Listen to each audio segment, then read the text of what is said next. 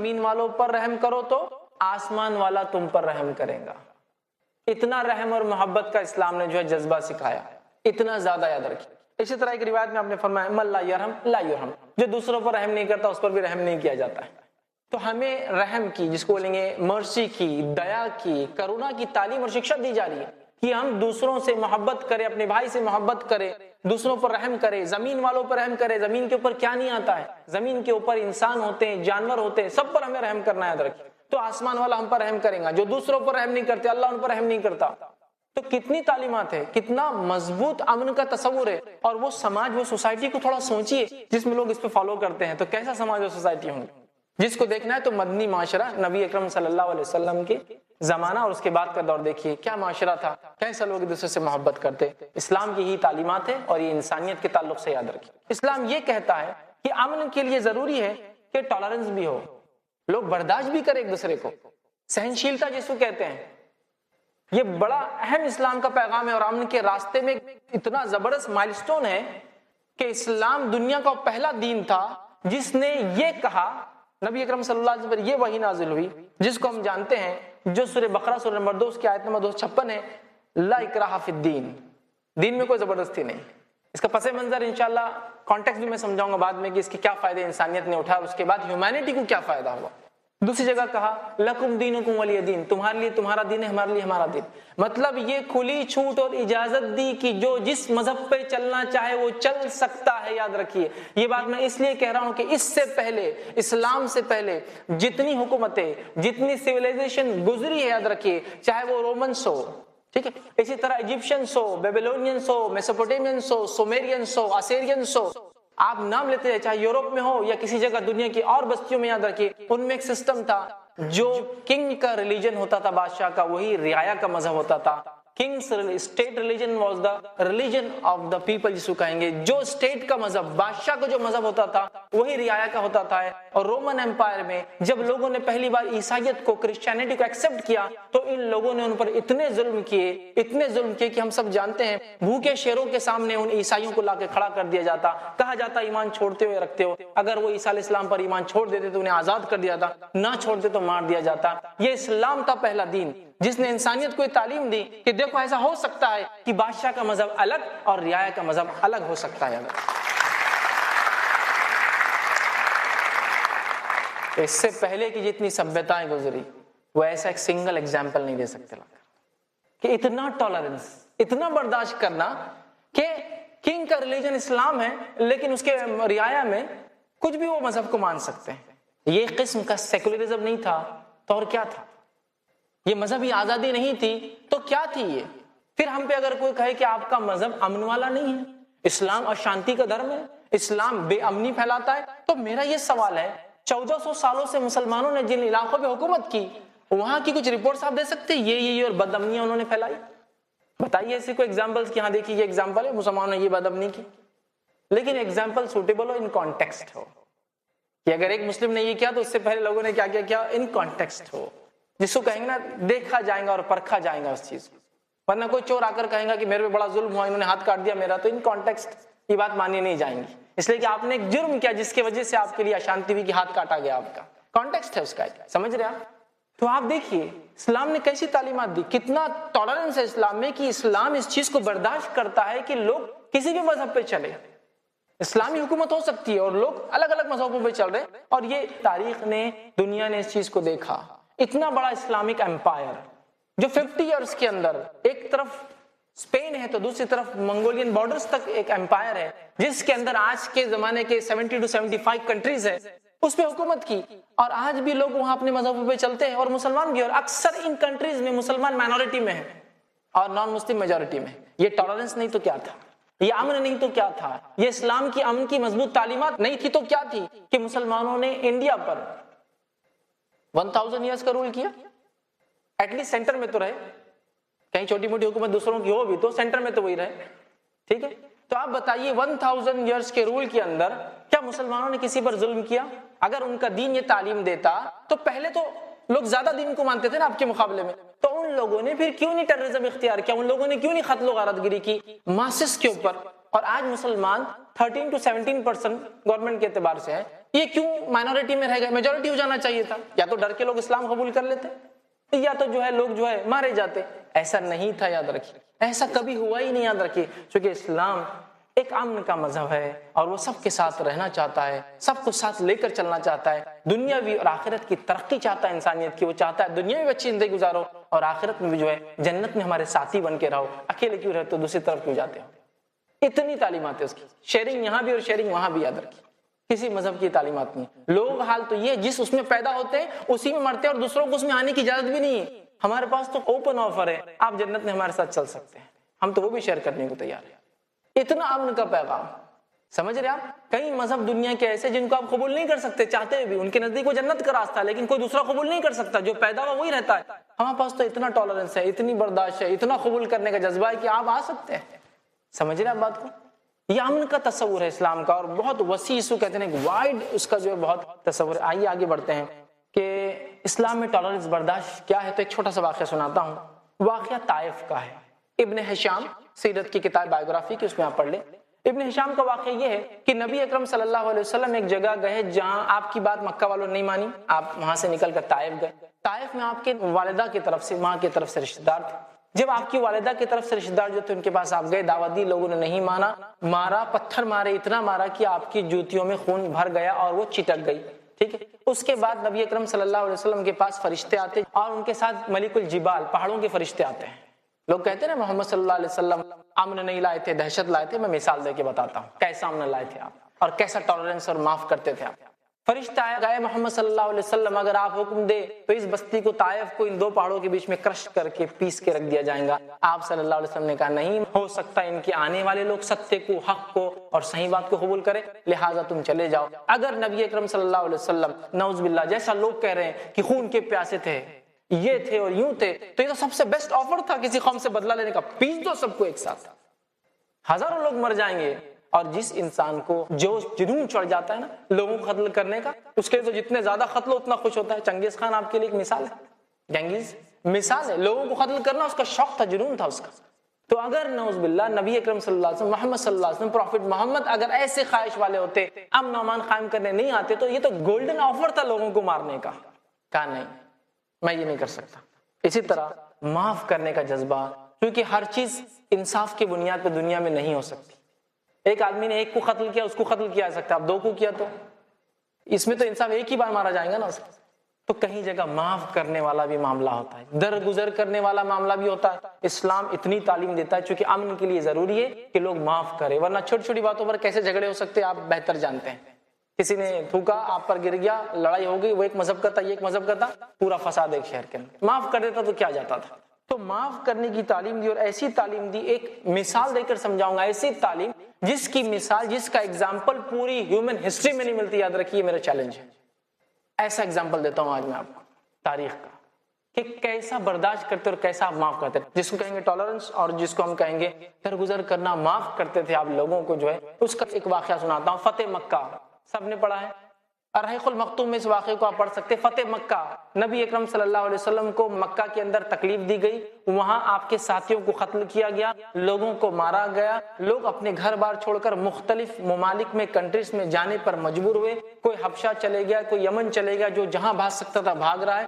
حالت یہ کیے گئے کہ محمد صلی اللہ علیہ وسلم کو تکلیف دی گئی، گھر میں کچرا پھینکا جاتا، بیٹیوں کو طلاق دے دی گئی، آپ کے جو ہے نماز کی حالت میں گندگی لا کے جانوروں کے سر پہ ڈال دی گئی، ایک شخص نے آپ کے گلے میں کپڑا ڈال کے کھینچ دیا، لوگوں نے پورا مارنے کا پلان بنا دیا. محمد صلی اللہ علیہ وسلم کو مجبور ہو کر اپنے وطن کو، اپنے برتھ پلیس کو چھوڑنا پڑا مکہ. آپ مدینہ گئے. مدینہ جانے کے بعد 8 سال بعد وہی محمد صلی اللہ علیہ وسلم جس کو تکلیف دے کر اور جو مجبوری کی کیفیت میں اس شہر سے نکلا تھا، آج ایز اے کانکرر اور ایز اے فاتح اپنے اس شہر میں واپس لوٹتا ہے. فاتح ایز اے کانکرر. اور عرب کے ٹریڈیشن کے مطابق مرد پورے مار دیے جائیں گے، عورتوں کو لانڈی سلیوز بنا لیا جائے گا، بچے مارکیٹ منڈی میں بیچ دیے جائیں گے. سارے مکے والے یہی سوچ رہے تھے کہ اب محمد شاید صلی اللہ علیہ وسلم وہی کام کریں گے. محمد صلی اللہ علیہ وسلم وہاں پہنچتے ہیں اور پہنچ کے ایک منادی اور اعلان لگاتے ہیں، جو اپنے گھر کے دروازوں کے پیچھے ہے وہ محفوظ ہے، جو کعبے میں ہے وہ محفوظ ہے، جو ابو سفیان کے گھر میں ہے وہ محفوظ ہے.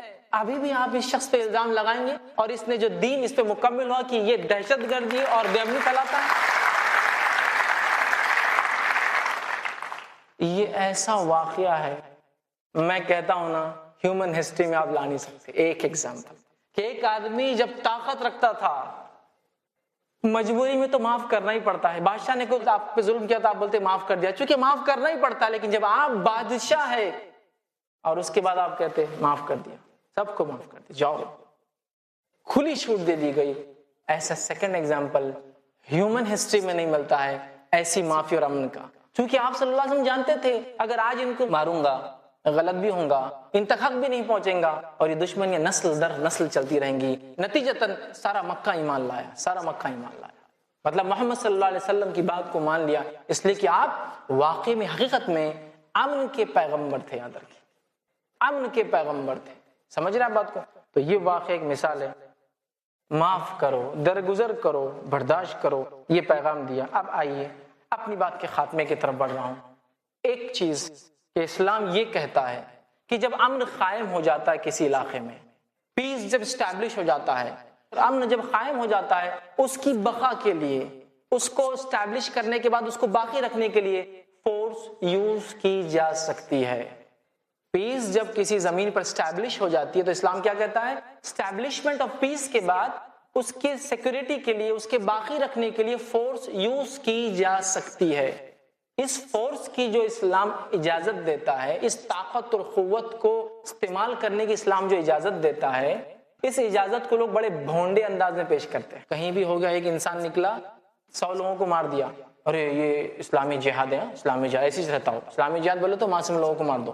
اسلام میں اجازت ہے نا اس کی. جہاد کیا ہے پہلے یہ تو جانیے.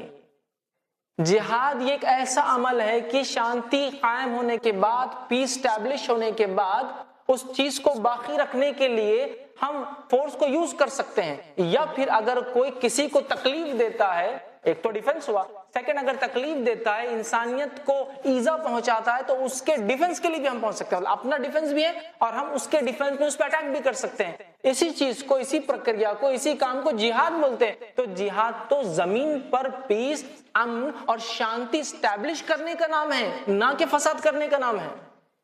اس بات کو سمجھیے.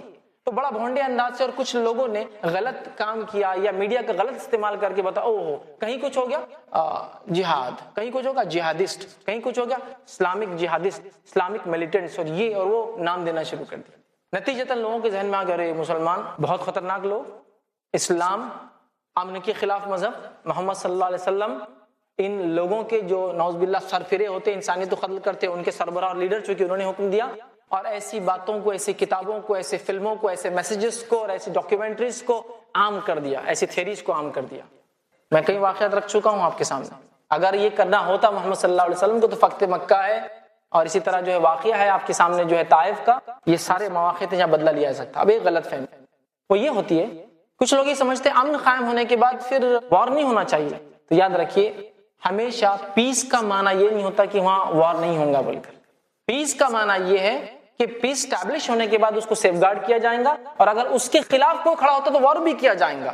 ایسے ایک غلط فہمی ہوتی ہے کہ نہیں پیس مطلب وار کیوں, ضرورت نہیں. محمد صلی اللہ علیہ وسلم نے اتنی جنگی کیوں لڑی؟ اگر پیس کے آپ میسنجر ہے بول رہے تو پھر کیوں لڑی؟ تو میں یہی کہہ رہا ہوں نا کہ پیس اسٹیبلش ہونے کے بعد اس کو قائم رکھنے کے لیے فورس کی ضرورت ہوتی ہے, وارز ہوتے ہیں اس کے لیے. میں ایگزامپل دوں آپ کو, ہم انڈیا کو لے لیں. الحمدللہ انڈیا آزادی کی بات سے دوسرے لینڈ سے بہت زیادہ انکروچمنٹ نہیں ہوا کہ ہم لوگ ادھر چلے گئے, ہم لوگ ادھر چلے گئے. دوسرے لوگ آئے اندر, لیکن ہم لوگ گئے نہیں کبھی دوسروں کی زمین پر. تو جب وہ لوگ اندر آئے تو ہم نے کیا کیا, ہم انڈینس نے نہیں, ہم بہت پیسفل لوگ ہیں, آ جاؤ تم بھی لے لو ہماری زمین, اتنا لینا لے لو, اتنا لینا لے لو, تم یہ بانٹ لو. نہیں, ہم نے کیا کیا, یہ ایک پیسفل لینڈ ہے اور اس کے ہم حکومت کرنے والے, اگر کوئی یہاں آئے گا تو ہم اپنا ڈیفنس ضرور کریں گے, اس لیے کہ آپ کیا کر رہے ہیں, پرابلم کریٹ کر رہے ہیں. تو جتنے دنیا کے پیسفل نیشنز ہیں سب کے پاس اپنی پولیس فورس ہے, سب کے پاس اپنی آرمی ہے, سب کے پاس اپنی نیوی ہے, سب کے پاس اپنی ایئر فورس ہے. کیوں؟ اس لیے کہ پیس اسٹیبلش ہونے کے بعد اس کو قائم رکھنے کے لیے فورس یوز کی جا سکتی ہے, اور پیس کو اسٹیبلش رکھنے کے لیے کبھی کبھار وارز بھی ہوتے ہیں. یاد رکھیے کئی مذہبی کتابیں اور داستانیں اس پر ہے لکھی ہوئی جو صرف جنگیں ہیں, مکمل الف سے لے کر یا اے ٹو زیڈ جنگیں ہیں, لیکن وہ جنگ حق اور باطل کی, ان کا کہنا ہے حق اور باطل کی. سمجھ رہے ہیں؟ تو ہم بھی وہی کہہ رہے ہیں، حق اور باطل کی جب جنگ ہوتی ہے اور حق کو لوگ یا تو ستاتے ہیں یا لوگوں کو تکلیف دیتے ہیں، جو ان کو دفاع کیا تھا اس کو جہاد کا معنی ہوتا ہے، کوشش، اسٹرائف اینڈ اسٹرگل کے معنی میں ہوتا ہے، یاد رکھیے۔ حق کے لیے لڑا جانا یہ جہاد ہے، لیکن اس کو بہت ہی بھونڈے انداز میں، برے انداز میں پیش کیا گیا، ایسا بتایا گیا کہ ارے جہاد بولے تو انسانیت کا قتل، جہاد بولے تو خون، جہاد بولے تو معصوم عورتوں کا قتل، جہاد بولے تو مالس میں جا کے اپنے آپ کو بلو کر لو، یہ جہاد ہے۔ جہاد یہ نہیں ہے، جہاد کوشش ہے، جہاد حق کے لیے لڑائی، یاد رکھیں، اس بات کو ہم سمجھے۔ اسی طرح لوگ اس بات کو اتنا آگے لے گئے، اتنا آگے لے گئے کہ حالت یہ ہے کہ آج لوگ ڈرے ہوئے ایک دوسرے سے، یاد رکھیں، مسلمانوں سے خاص طور سے لوگ ڈرے ہوئے ہیں۔ مسلمان چلے جائے، اس کی شخصیت، اس کے نام سے لوگ گھبراتے ہیں کبھی کبھار کہ ارے یہ کیا ہو رہا، اور یہ کیوں آ گیا یہاں، پتہ نہیں سے کیا بدامنی پھیل جائیں گی اور کیا ہوتا ہے پتہ نہیں۔ اور یہ بات میں بھی گواہی دے سکتا ہوں، میں بہت زیادہ سفر کرتا ہوں، کئی مرتبہ جب سفر میں گاڑیوں میں سوار ہوا، فلائٹ میں سوار ہوا، تو پہلے تو کوشچن مارک تھا یہاں کیوں ہے یہ، اور دوسرا یہ تھا بہت سارے لوگ دعائیں کرنا شروع کر دیتے تھے، ٹھیک، کہ ان کو ایک اتنا ڈر میڈیا نے بتا دیا تھا کہ اگر مسلمان سوار ہوا تو فلائٹ لینڈ نہیں ہوں گی، وہ کہیں اور نیوز میں آئیں گی، کہاں گئی، وہ بلڈنگز میں گئی، جنگل میں چلے گئی، سمندر میں چلے گئی، یہ ہوتا ہے مسلمان سوار ہیں۔ اور اس کے جیتے جاتے اگزامپلس آپ دیکھیں، امریکہ میں کئی فلائٹ صرف ایک مسلم شخصیت اس کے چہرے سے پہچانا جا رہا ہے، فلائٹ رد ہوگی، لوگوں نے کہا ایسا سواری نہیں کر سکتے ہم کو ڈر ہے اپنی جانوں کا۔ تو یہ حالت ہو گئی، یاد رکھیے، ہم ڈر رہے ہیں ایک دوسرے سے۔ ایسے انوائرمنٹ میں یاد رکھیے کیسے کمیونٹی ایگزسٹ کریں گی، اور مسلمان کیا کوئی ایسی مائکرو مائنورٹی ہے کہ جس کو آپ ایلیمینیٹ کر سکتے ہیں؟ دنیا کے ہر 5 انسان میں سے ایک مسلمان، 20% ورلڈ پاپولیشن ہے، تو کیا یہ ایلیمینیٹ کر سکتے ہیں؟ اگر آپ کہتے ہیں واقعی میں غلط ہے تو اصلاح کی ضرورت ہے اس کی، نہ کہ جو ہے اس طرح سے پروپیگنڈا کرنے کی ضرورت ہے۔ میں ایک ایگزامپل دیتا ہوں، اگر کوئی کہے کہ کسی ایک آدمی کا جسم کا اتنا حصہ خراب ہے، part of body 15% part of body ہے نہیں لیکن سمجھ لیجیے خراب ہے، تو کیا سب کچھ شو کریں گے 15% خراب ہے میرا، جاتے دیکھیے، چھپا کے رکھتا ہے اس کو، وہ یا تو اس کو آپریٹ کرتا ہے یا تو نکلواتا ہے تو چھپاتا ہے۔ لیکن یہاں ایک عجیب معاملہ ہے، پروپیگنڈے پہ پروپیگنڈا کی یہ ایسے ہیں، یہ ویسے، یہ فلاں، یہ دہشت گرد ہے، یہ نقصان ہے، یہ دنیا کے لیے نقصان ہے، اور یہ تو اس بات کو سمجھنے کی ضرورت ہے اور ہمیں ایکسپلین کرنے کی ضرورت ہے۔ بس آخر میں یہ بات آپ لوگوں سے گزارش کروں گا، آپ لوگ انٹلیکچوئلس ہیں، آپ لوگ چیزوں کو سمجھنے والے ہیں، اس پیغام کو، اس امن کے سندیش کو صرف سن کر نہیں جانا ہے، اس پیغام کو آپ کو لے کر اٹھنا ہے۔ جو غیر مسلم بھائی ہے وہ اسلام کو پڑھے، اسلام کو سمجھے، اس لیے کہ اسلام رب العالمین کا دین ہے، اس کا رب لوکل گاڈ نہیں ہے، یہ یونیورسل گاڈ ہے۔ اس کتاب کی شروعات قرآن کی ہوتی ہے، الحمدللہ رب العالمین، تمام تعریف اس اللہ کے لیے، سارے عالم کا رب ہے۔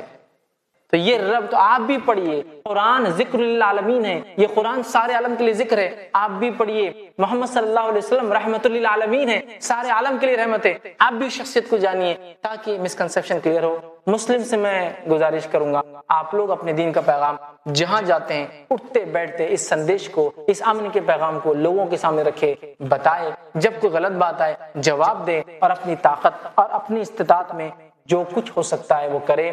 آئیے ایک الزام جو محمد صلی اللہ علیہ وسلم جو لگایا جاتا ہے اس کا جواب دے کے بات ختم کرتا ہوں۔ تھیوریٹیکل تو بہت اچھی باتیں سننے کو ملی، فتح مکہ اور یہ سب، پریکٹیکلی دیکھیے محمد صلی اللہ علیہ وسلم کتنے لوگوں کو مارا، ہو جنگوں کی ہم باتیں پڑھ رہے تھے، 70 جنگیں، 100 جنگیں، ایک انسان کی 23 ایئرس آف لائف، جس میں 13 ایئرس مکے میں ہو کے چلے، ٹھیک ہے، 10 ایئرس میں 100 وارس، یہ کیا، یہ تو امپریکٹیکل دکھ رہا ہے۔